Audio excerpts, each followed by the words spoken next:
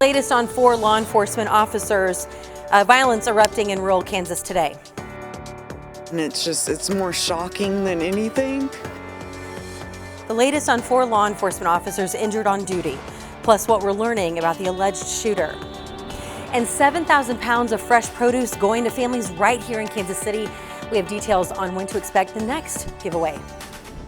Good evening. Thank you for being with us. 4 law enforcement officers were shot this morning during a domestic violence response call. They're all expected to survive. The update comes from the Kansas Bureau of Investigation. They say around 10:30 this morning, officers responded to a home in Carbondale, Kansas, just south of Topeka, for a domestic disturbance call. Within 10 minutes of getting there, the suspect and officers exchanged fire. 3 Osage County Sheriff's deputies, a Kansas Highway Patrol trooper, and a civilian were struck. They're all expected to recover. The suspect, a 22-year-old, was shot and killed. Tonight we have team coverage looking at domestic violence calls that have become increasingly dangerous for first responders. But first, KCHP 41 News reporter Fernanda Silva was in Osage County today and brings us the voices of the neighbors as they learned this news.